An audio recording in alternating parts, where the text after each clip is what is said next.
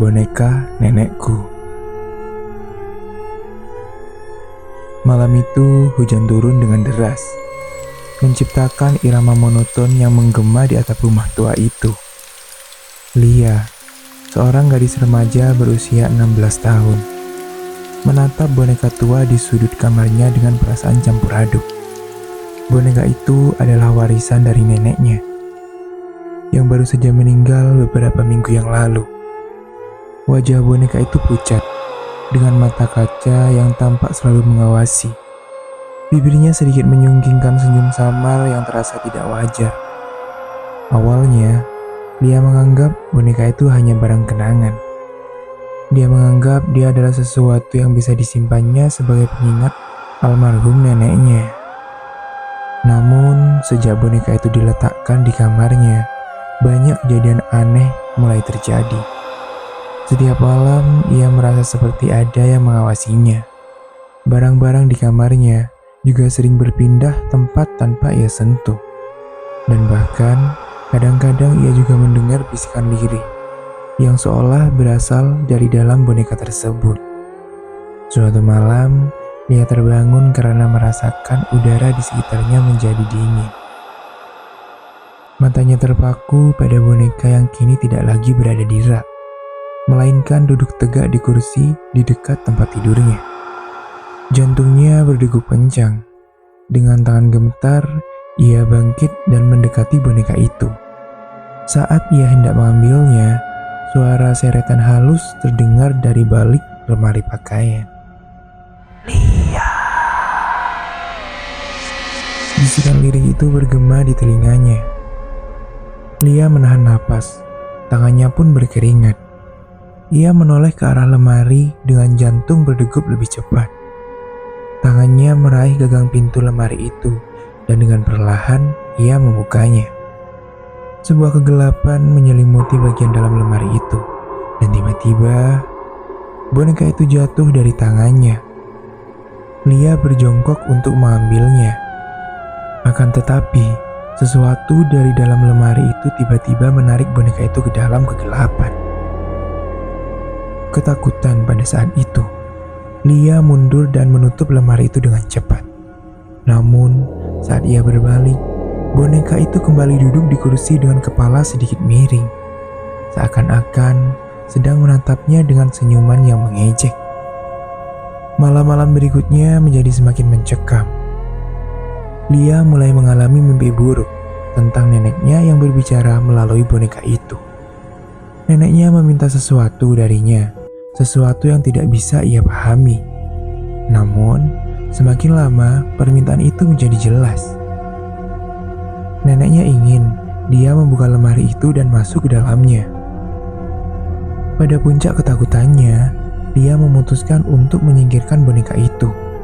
Ia membawanya ke halaman belakang rumah, dan lalu Lia membakarnya. Api berkobar dengan sangat cepat. Akan tetapi, sebelum boneka itu hangus sepenuhnya, ia mendengar tawa neneknya bergema di sekitar halaman. Keesokan harinya, ketika Lia kembali ke kamarnya, jantungnya hampir berhenti berdetak. Boneka itu ada di sana lagi.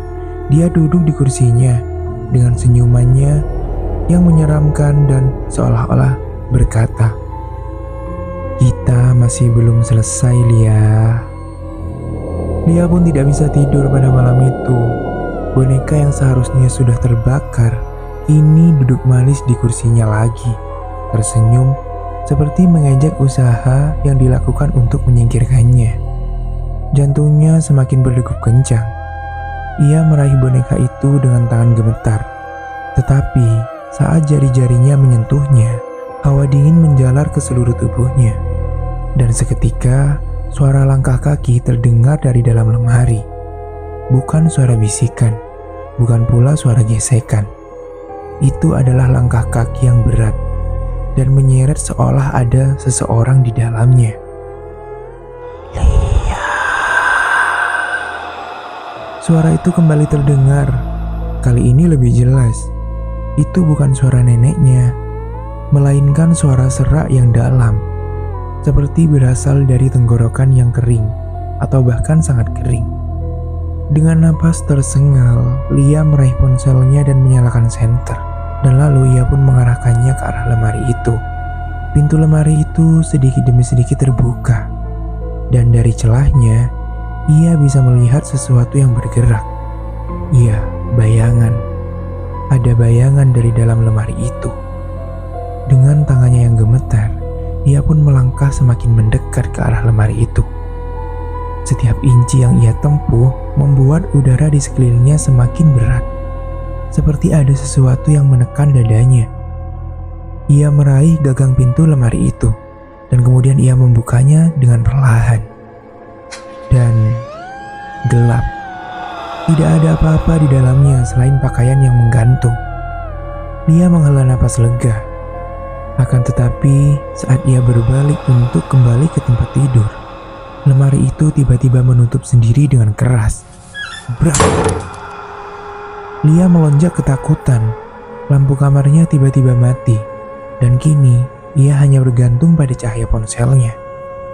Suara napas kasar terdengar dari belakangnya, dan ia pun menoleh. Iya, boneka itu. Kini boneka itu tidak lagi duduk di kursi. Boneka itu berdiri, dan lebih mengerikan lagi, ia menatap langsung ke arah Lia.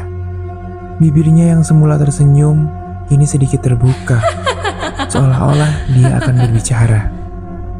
Lalu, benar saja, dengan suara parau, ia berbisik. Masuklah ke dalam lemari, Lia.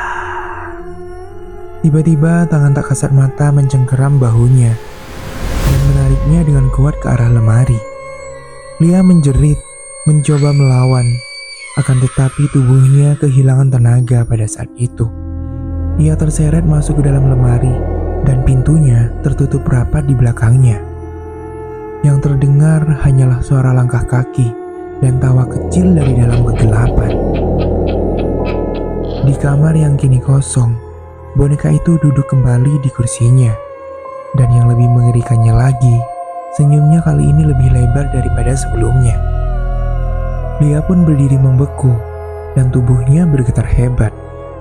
Saat ia melihat, boneka itu ternyata sudah kembali duduk di kursinya, persis seperti sebelum ia membakarnya. Tetapi ada yang berbeda sekarang. Matanya. Sorot mata boneka itu tampak lebih hidup, seolah-olah sesuatu sedang mengintip dari dalamnya. Seperti ada makhluk lain yang bersembunyi di balik tatapan kosong itu. Perasaan takut menyelimutinya. Dia mencoba berpikir logis, mungkin ini hanyalah mimpi, mungkin dia terlalu lelah. Tapi sebelum ia bisa meyakinkan dirinya sendiri, suara dari dalam lemari kembali terdengar. Kali ini lebih keras dan lebih jelas. Ketukan. 1 kali. Ketukan lagi. 2 kali. Lia mundur selangkah. Kakinya terasa lemas. Napasnya memburu. Ia ingin lari, ingin keluar dari kamar itu. Tapi tubuhnya seolah terkunci di tempat. Dan Lia pun stuck di tempat pada saat itu. Dan tiba-tiba, suara pintu lemari itu terdengar. Pintu lemari itu terbuka perlahan. Dan dari dalam kegelapan, 2 tangan pucat merayap keluar. Jemari panjang itu mencengkeram sisi pintu. Kukunya terlihat tampak hitam dan retak. Melihat itu, mata Lia terbelalak. Jantungnya berdetak lebih kencang. Ia ingin menjerit, tapi seolah-olah suaranya tertahan di tenggorokannya. Boneka itu tergelincir dari kursi dan jatuh ke lantai. Dan dalam sekejap, suara tawa lirih memenuhi kamar tua neneknya. Sudah waktunya, Lia. Lampu kamar berkedip-kedip sebelum akhirnya padam total. Dan dalam kegelapan yang pekat, sesuatu bergerak mendekatinya. Lia! Suara berat seorang pria memecah suasana. Lampu menyala kembali, dan dia menoleh dengan napasnya yang tersengal.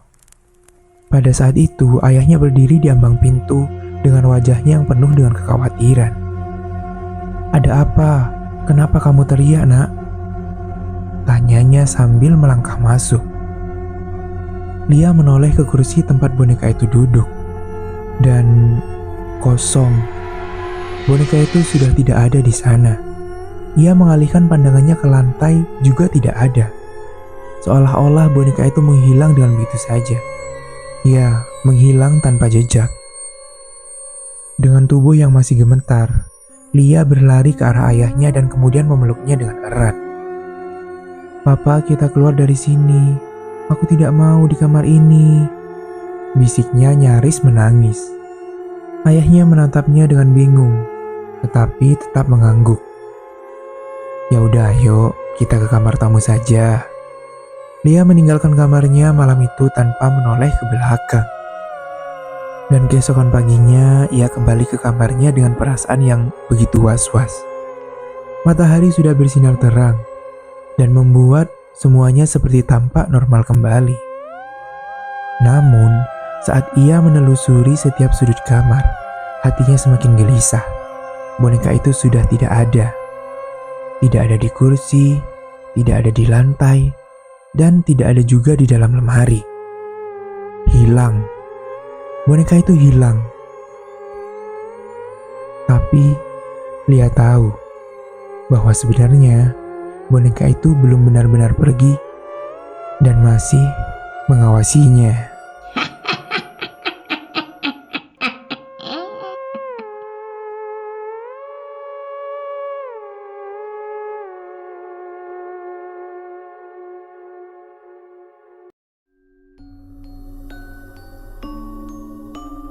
Oke guys, jadi itu dia ceritanya.